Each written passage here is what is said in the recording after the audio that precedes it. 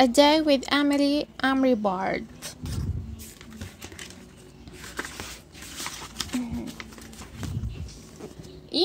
I really hated writing stories at school. Last week, I hated our teacher too. We all had to write a story. The teacher said he was going to send our stories to a friend of his who was an author. She would read them and choose the best story. We had to work on our stories all week. I wrote about a keeper at the zoo.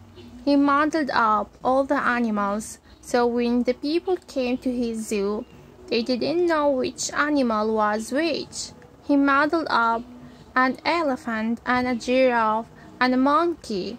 He ended up with a little elephant with a long neck, swinging in the trees.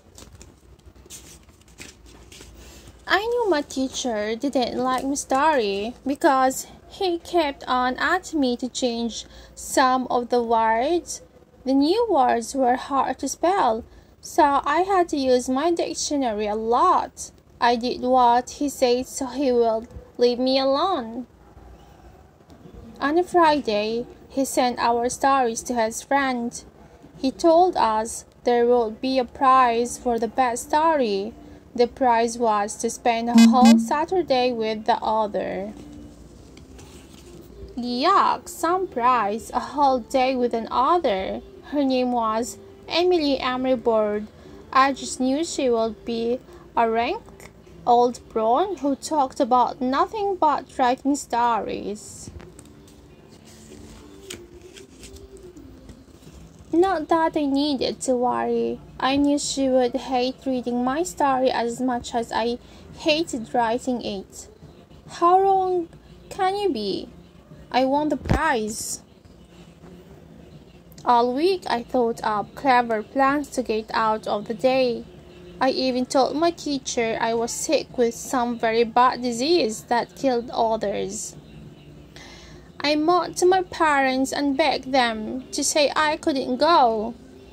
In the end, my dad said, "Just go. It's only one day out of your life. You never know, you might even enjoy yourself." My mother told me to stop fussing. She said she was very proud of me.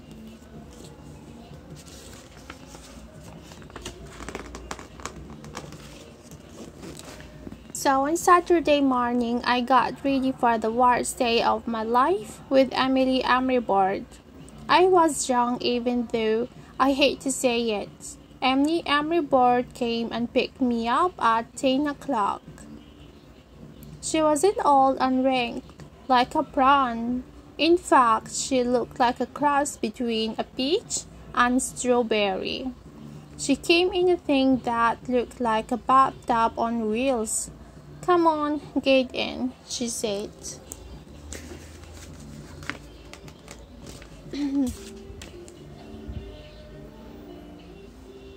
I got in and she gave me a helmet to put on.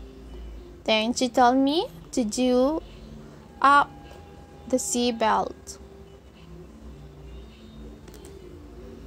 "Right," she said.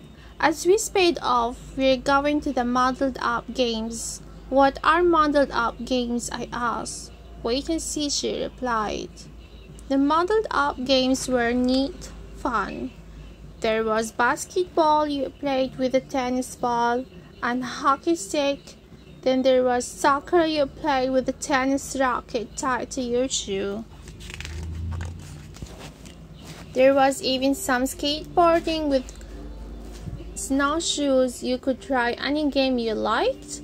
Emily Emeryboard and I tried everything, and soon it was time to go.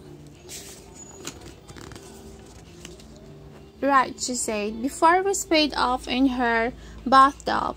"Why don't you like writing stories?" "I can't spell a lot of the words," I said, "and the teacher makes us edit our work, and that's boring. I hate it." "But you have lots of good ideas," she replied. "You have to have good ideas to be an author. You need to edit your story so your idea is the best it can be, and you have to put the spelling right too." so other people can read what you've written. I suppose so, I said. Most times I just change the words to the ones I can spell. Never ever do that again, do you hear me? Emily Emeryboard said to me. Using just easy words spoils your idea and makes your story boring. Good ideas need good words. We talked about it all the way home. She made me laugh when she told me about some of her best stories and the great words she liked to use. And guess what? I love writing stories now, and I never ever use just the words I can spell. That's way too boring.